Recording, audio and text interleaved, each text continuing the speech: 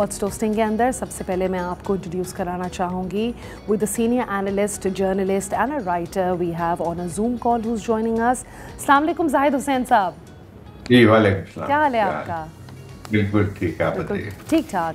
अच्छा, तो आज आपके लिए आज आपके लिए मेरे पास एक सवाल है कि आपको क्या लगता है कि कितना सिग्निफिकेंट है ट्रंप की वार्निंग टू इज़राइल कि वो ईरान को अटैक ना करे, एंड ट्रंप के पास क्या लेवरेज है?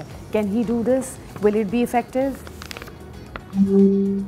देखिए, मैं इसको वार्निंग को बहुत ज़्यादा कोई वो नहीं देता हूँ, क्योंकि एक ये है कि इजराइल की जितनी भी कार्रवाइयाँ रही हैं इस दौरान में, और न सिर्फ ईरान में बल्कि गाज़ा में भी जो एक जेनोसाइड चल रही है, उसमें सब की जो है अमेरिका की हिमायत है। उसके बगैर कोई भी इजराइल कोई इस किस्म की कार्रवाई नहीं कर सकता था।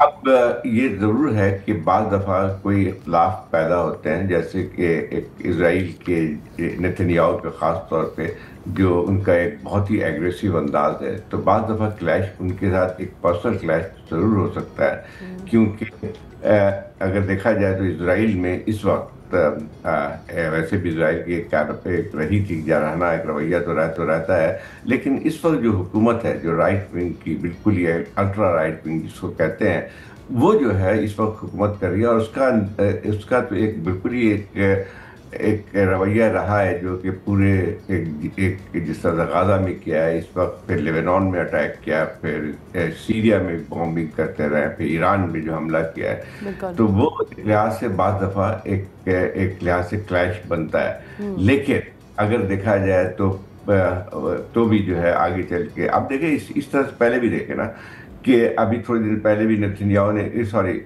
प्रेसिडेंट ट्रंप ने कहा था कि वो किसी जंग में शामिल नहीं होंगे, लेकिन फिर ईरान के अंदर बॉम्बिंग भी करने चले गए। और ये जितने भी आप अगर अखबारात को देख लें अमेरिका के, तो सब में एक बात आती थी कि जो है उन्होंने ये डिसीजन जो है वो नेतन्याहू के प्रेशर में किया था। तो जब इतना ज़्यादा ताकत होती है तो फिर ठीक है, इख्तिलाफ एक ज़ाती तौर पर हो सकते हैं, लेकिन मैं उसको बहुत ज़्यादा अहमियत नहीं देता। नहीं देते हैं आप? Okay, got it. एंड आपको क्या लगता है कि मेन फैक्टर्स हैं जो कि ट्रिगर करेंगे a break down of a cease fire may be, और escalating of a situation may be? What do you think are the main factors? देखिए, एक पूरे सीज फायर को अगर देखा जाए तो यकीनी तौर पे ये कह सकते हैं कि ईरान पे हालांकि 12 दिन की जंग थी, और ईरान उन्होंने एक हद तक मिलिट्री ताकत को कहते कि ट्रिपल कर दिया था, लेकिन ईरान ने भी एक वाजे कर दिया था कि वो इस किस्म की ताकत रखता है कि वो इस पर रिटेलिएट कर सकता है। अगर आप देखें कि इसराइल के अंदर जितने हमले हुए, उसके बावजूद इसके कि पूरी उनकी मिलिट्री लीडरशिप को वाइप आउट कर दिया था इसराइल ने।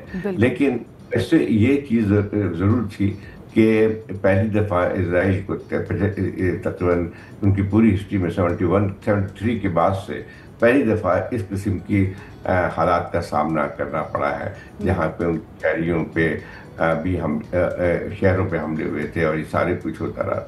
लेकिन अब मुझे लगता है कि सीज फायर जो है, ईरान तो कभी भी जंग नहीं चाहता था, और ईरान ने पहले भी कहा था कि जब अगर इसराइल हमले रोकती है तो वो भी अपनी कार्रवाई रोक सकता है, और फिर वो नेगोशिएशन टेबल पे भी आ सकता है। तो लेकिन मुझे लगता है कि इसराइल अभी तक नहीं चाहता है सीज फायर। उसी का एक और मिसाल मैं देता हूँ कि सीज फायर के ऐलान के बाद भी कई ऐसे हमले हुए हैं इसराइल की तरफ से, और मुस्तकिल जो है ये कोशिश की गई, जिसका एक इजहार जो है वो प्रेसिडेंट ट्रंप के बयान से भी होता है कि उन्होंने जब इसराइल के एक लिहाज से तंबीह की थी कि वो सीज फायर के खिलाफ वर्जी नहीं करे, तो उनको भी अमेरिका को भी एहसास ये है कि अगर इस फर्ज की जंग फैलती है तो उसका असर बहुत ज़्यादा पड़ेगा।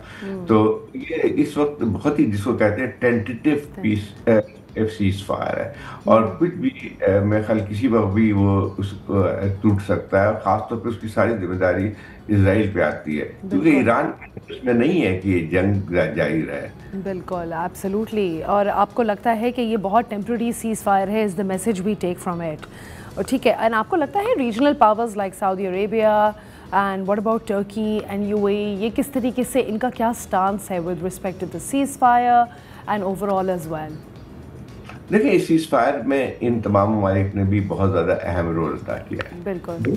इस खित्ते के लोगों के इंटरेस्ट में नहीं है कि जंग का दायरा कार फैले। और मेरा ख्याल ये है कि जब आप याद होगा कि जब अमेरिका ने किया था, इसराइल ने शुरू में जो ईरान पे हमला किया, तमाम ममालिक ने उसके खिलाफ बयान भी दिए थे। ठीक है, वो कोई एक्टिवली शामिल नहीं हो सकते थे, लेकिन बिहाइंड द सीन अगर देखा जाए तो इन मुल्कों का खासा एक कंट्रीब्यूशन था सीज फायर करवाने में। और इसके तो बेखल ये बात ट्रंप ने भी अपने उस बयान में की है कि इस सीज फायर को कराने में कतर और सऊदी अरेबिया का बहुत बड़ा हाथ है। क्योंकि देखें, एक बात आती है कि अगर जंग फैलती है, अगर इसराइल की कार्रवाइयाँ है, ठीक है, ईरान के साथ सऊदी अरेबिया के इख्तलाफात भी रहे हैं, लेकिन अगर सिचुएशन को देखा जाए तो अगर इसराइल कामयाब होता है कि किसी तरह से वहाँ पे एक ईरान के अंदर जो है उसको तबाह करता है या उसमें और कार्रवाई करता है, तो मेरे ख्याल इसमें सऊदी अरेबिया का भी नुकसान होगा। हम डिस्कस कर रहे हैं the Iran and Israel conflict with one of our senior analyst over here. Zahid साहब, will be back with you now. तो हम लोग बेसिकली आपसे डिस्कस कर रहे थे the current situation with regional powers like Saudi Arabia, Turkey and UAE as well. तो I believe हमने सऊदी डिस्कस किया। Can we brush up on Turkey and UAE a little as well? जी, देखिए, ये तमाम ममालिक जो है इसमें अगर देखा जाए, जैसे मैंने पहले कहा कि टर्की का एक बहुत अहम रोल है पूरे खित्ते की सियासत में। और इस वक्त अगर देखा जाए तो एक वो नेटो का मेंबर भी है, उसके ताल्लुकात अमेरिका से भी अच्छे हैं। और इसीलिए हम देखें कि बहुत सारे ऐसे जो मुज़ाकरात हो रहे हैं, जैसे यूक्रेन रशिया के मुज़ाकरात इस वक्त कर रहे हैं, जो कि अमेरिका की ही एक लिहाज से मर्जी से हो रहे हैं, तो वो वही टर्की में हो रहे हैं। तो एक लिहाज से ये तमाम ममालिक जो हैं उनका अपना एक असर रसूख भी है। और मेरा ख्याल ये है कि इस खित्ते के अंदर इन सब ममालिक का ये दो इंटरेस्ट कोइंसाइड करते हैं। इख्तलाफात हैं सब में आपस के बीच, लेकिन दो तीन बहुत होते हैं, जैसे कि एक खित्ते के अंदर कोई जंग ना हो, ना एक। नंबर 2 ये है कि अगर इसराइल की जारहाना कार्रवाइयाँ रहती हैं आगे, तो सब इन ममालिक सबको आगे चल के ख़तरा होता है। अब हालांकि ये बात कह सकते हैं कि जो गाज़ा में जो कुछ हो रहा था 1-1.5 साल से इसराइल की, उसमें इन ममालिक की खामोशी जो थी उसने इसराइल को एक हद तक तक़वियत भी दी है। लेकिन वो मेरा ख्याल ये है कि इन सब की अपनी अपनी मसलियत भी होती हैं और सही नहीं है, मैं उसकी वो नहीं कर रहा हूँ। और लेकिन ये ज़रूर है कि इसके बावजूद कि वो खामोश रहे हैं गाज़ा के मसले पे, और चूँकि उनके एक अमेरिका के साथ भी इंटरेस्ट है, सऊदी अरेबिया के, यूएई के बहुत अच्छे ताल्लुकात हैं अमेरिका से। और आपको याद होगा कि ट्रंप आए थे वहाँ पे, मैं ख्याल उनका पहला गैर मुल्की दौरा था प्रेसिडेंट बनने के बाद, तो उसमें उनको जो जिस तरह का इस्तेमाल किया था उसका कोई मिसाल पहले नहीं मिलती है। तो ये तमाम इस वक्त आज की दुनिया जो है अगर हम देखें तो उसकी यानी एक मल्टी पोलर, हाँ, and the borders, yes absolutely. And आपको क्या लगता है कि ईरान किस तरीके से इस सीज फायर को ले रहा है? क्या Iran is looking at it as a genuine opportunity for de-escalation, or do you feel like as if ये overall एक बहुत tactical किस्म का पॉज लग रहा है हमें? देखिए, एक ईरान की अगर आप देखें तो ये मेरे ख्याल एक बावजूद इसके कि इस पे नहीं सब इसराइल का, अमेरिका का बहुत दिनों से ये है कि इसराइल की न्यूक्लियर वेपन प्रोग्राम जो है उसको नहीं बनने देना चाहिए। लेकिन अगर सही तौर पे देखा जाए तो इसराइल कभी भी न्यूक्लियर वेपन प्रोग्राम नहीं करना चाहता। उनके पास न्यूक्लियर प्रोग्राम ज़रूर है, जिसका मकसद ये था कि वो पुरअमन जिसको कहते हैं उस लिहाज से, और वो एक लिहाज से और रखना चाहते हैं अपने पास। तो उसमें ये ईरान ने अपने तौर पे कभी भी मुज़ाकरात से इनकार नहीं किया है। और अगर आप लोगों को याद होगा कि 2015 में जब ओबामा एडमिनिस्ट्रेशन के अंडर में अमेरिका में, तो 2000 तो उसमें एक मुआहदा हो गया था ईरान के साथ, न्यूक्लियर डील कहलाती है वो, तो उसमें जिसमें इस न सिर्फ अमेरिका शामिल था बल्कि 5 जो और जो एक लिहाज से न्यूक्लियर वेपन कंट्रीज हैं वो भी शामिल थे, जिसमें चाइना, रशिया, बरतानिया, फ्रांस, जर्मनी, ये सब के सब शामिल थे। और वो अच्छी तरह जो है उससे ये बात तय हो गई थी कि उसकी ईरान के जो प्रोग्राम है, न्यूक्लियर प्रोग्राम है, उसकी मॉनिटरिंग भी जारी थी। और उसमें ये तय हो चुका था कि वो एक हद तक यूरेनियम की इनरिचमेंट नहीं करेगा। देखिए, यूरेनियम की इनरिचमेंट जो है वही हथियार बनाने की तरफ जाती है। जी तो उसमें एक और ईरान ने उस पर बहुत सख्ती से अमल दरामद भी किया। ईरान का इस वक्त देखिए जंग में जाने का कोई कोई है इरादा ही नहीं। जी नहीं। ईरान के ऊपर 40 साल से जो सैंक्शन लगे हुए उसने खासी इनकी एक इकॉनमी को एक हर्ट किया है। अभी भी बहुत सारी ऐसी पाबंदियां हैं कि तेल कहाँ बेच सकते हैं, कहाँ नहीं जा सकते हैं। उनके ऊपर जो है हर दफ़ा कोई ना कोई नया सैंक्शन लग जाता है। तो ईरान का सबसे बड़ा इंटरेस्ट ये है कि वो मुज़ाकरात करे, और उसके साथ साथ जो है उसकी एक और भी चीज़ है, सैंक्शन ख़त्म हो जाए। और अगर ईरान में सैंक्शन ख़त्म होते हैं मुज़ाकरात के ज़रिए, तो मेरे ख्याल ईरान के लिए इससे अच्छी कोई बात नहीं होगी। तो ईरान का कोई भी इसमें एक लिहाज से जो इंटरेस्ट है कि वो अमन कायम रहे, और कोई भी ऐसा इंटरेस्ट नहीं है कि सीज़ फायर की वायलेशन हो।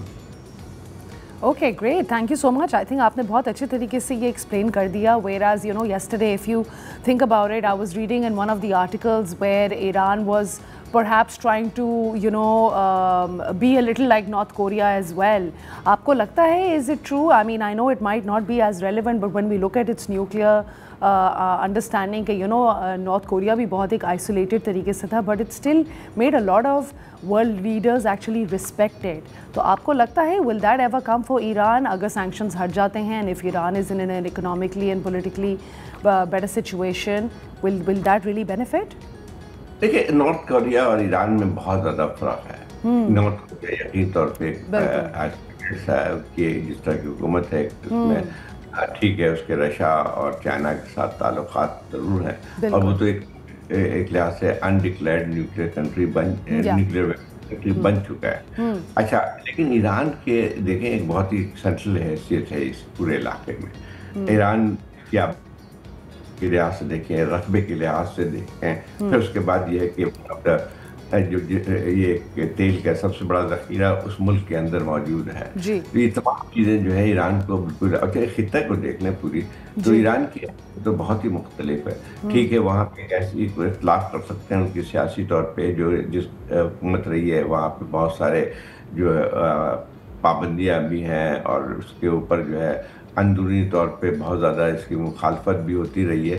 तो दो अलग अलग चीज़ें, एक अंदरूनी तौर पे जो है वो लोगों के ख्यालात इख्तिलाफ़ात अपनी जगह पे हैं, लेकिन जहाँ पे बैरूनी एक मदाखलत की बात आती है तो फिर ईरानियंस इकट्ठा होकर खड़े हो जाते हैं। लेकिन इस वक्त के दो मसले हैं कि सैंक्शन ख़त्म हो, और एक हद तक जो है वो पर जो एक लिहाज से इंटरनेशनल कम्युनिटी के एक हिस्सा बने। अब ख़ास तौर पे आज के हालात में उनके लिए और ज़्यादा ज़रूरी है, क्योंकि ईरान की अपनी एक थोड़ी सी कमज़ोर हुई है मिडल ईस्ट में ताकत को, क्योंकि उनके बहुत सारे हलीफ जो थे मुख्तलिफ जगहों पे, जैसे लेबनान में हिजबुल्लाह, उनको इसराइल के हमले के बाद जो है उनकी एक लिहाज से ख़त्म कर दिया है उनको। इसी तरह सीरिया के अंदर जो गवर्नमेंट चेंज हुई है उसके नतीजे में, क्योंकि सीरिया की पहले हुकूमत की बशार अल-असद की, वो ईरान की समझी जाती है। तो मेरे ख्याल ईरान की भी अपनी बहुत सारी गलतियां रही हैं खित्ते के अंदर अपनी जगह पे, लेकिन ये कि जो आज के हालात हैं उसमें दो चीज़ें बहुत अहम हैं। एक तो जंग को आगे बढ़ने से न सिर्फ ईरान मुतासर होगा बल्कि पूरा खित्ता मुतासर होगा। अच्छा, लास्ट इनमें जाहिद साहब, अगर मैं आपसे एक एंडिंग मैसेज लेना चाहूँ with respect to the importance of strategic importance that perhaps Pakistan needs to make, तो आप क्या एज एन एंडिंग मैसेज मुझे देंगे कि what should we be watching out in the coming weeks, what's Pakistan's foreign policy going to be? देखिए, पाकिस्तान की इस खित्ते में बहुत ही अहमियत हासिल है, जियो स्ट्रेटेजिक भी है। देखें पाकिस्तान खित्ते में जो है उसमें देखें एक ईरान है, दूसरी तरफ अफगानिस्तान है, तीसरी तरफ इंडिया है, फिर बहुत समुंदर भी है। तो उसमें जो है वो इस वक्त जो जियो पोलिटिकल सिचुएशन है उसमें पाकिस्तान की एक अहमियत है, और इसी वजह से पाकिस्तान को ज़रूरत इस बात की है कि अपनी खारजा पॉलिसी को इस तरह तरतीब दे कि एक बैलेंसिंग हो। चाइना के साथ हमारे स्ट्रेटजिक रिलेशनशिप जरूर है कि हमारे अमेरिका के साथ भी ताल्लुकात अच्छे होने चाहिए, लेकिन और भी हमें इसमें चीज़ रखनी चाहिए कि हमें ऐसा बैलेंस रखना चाहिए कि हम किसी खित्ते की जंग में मुलव्विस ज़्यादा ना लें। एग्जैक्टली, या विद बैलेंस। जी। जी और ये इनकी जो टसल है तो उसमें हम अपने एक बैलेंस, ठीक है, मतलब और जैसे अमेरिका, लेकिन ये कि हमारी अब तक जो इस ईरान के मसले पे जो पॉलिसी रही है वो मेरे ख्याल खासी बैलेंस रही है। बिल्कुल। लेकिन बाज़ बाज़ चीज़ें भी जो है इसमें मेरे ख्याल उनको एहतियात बरतनी चाहिए। जैसे ठीक है कि अमेरिका से हमारी दोस्ती होनी चाहिए, लेकिन उसमें एक एक लिहाज से वही मैंने कहा कि एक कोई लिमिट भी उस तरह से होती है। जैसे हमने फिर नोबेल पीस प्राइज देने का भी उनको का भी तायद करने का भी ऐलान कर दिया, जो कि गैर ज़रूरी चीज़ें थी कि बिल्कुल। अमेरिका को कि ट्रम्प को जो है नोबेल प्राइज़ मिलना चाहिए।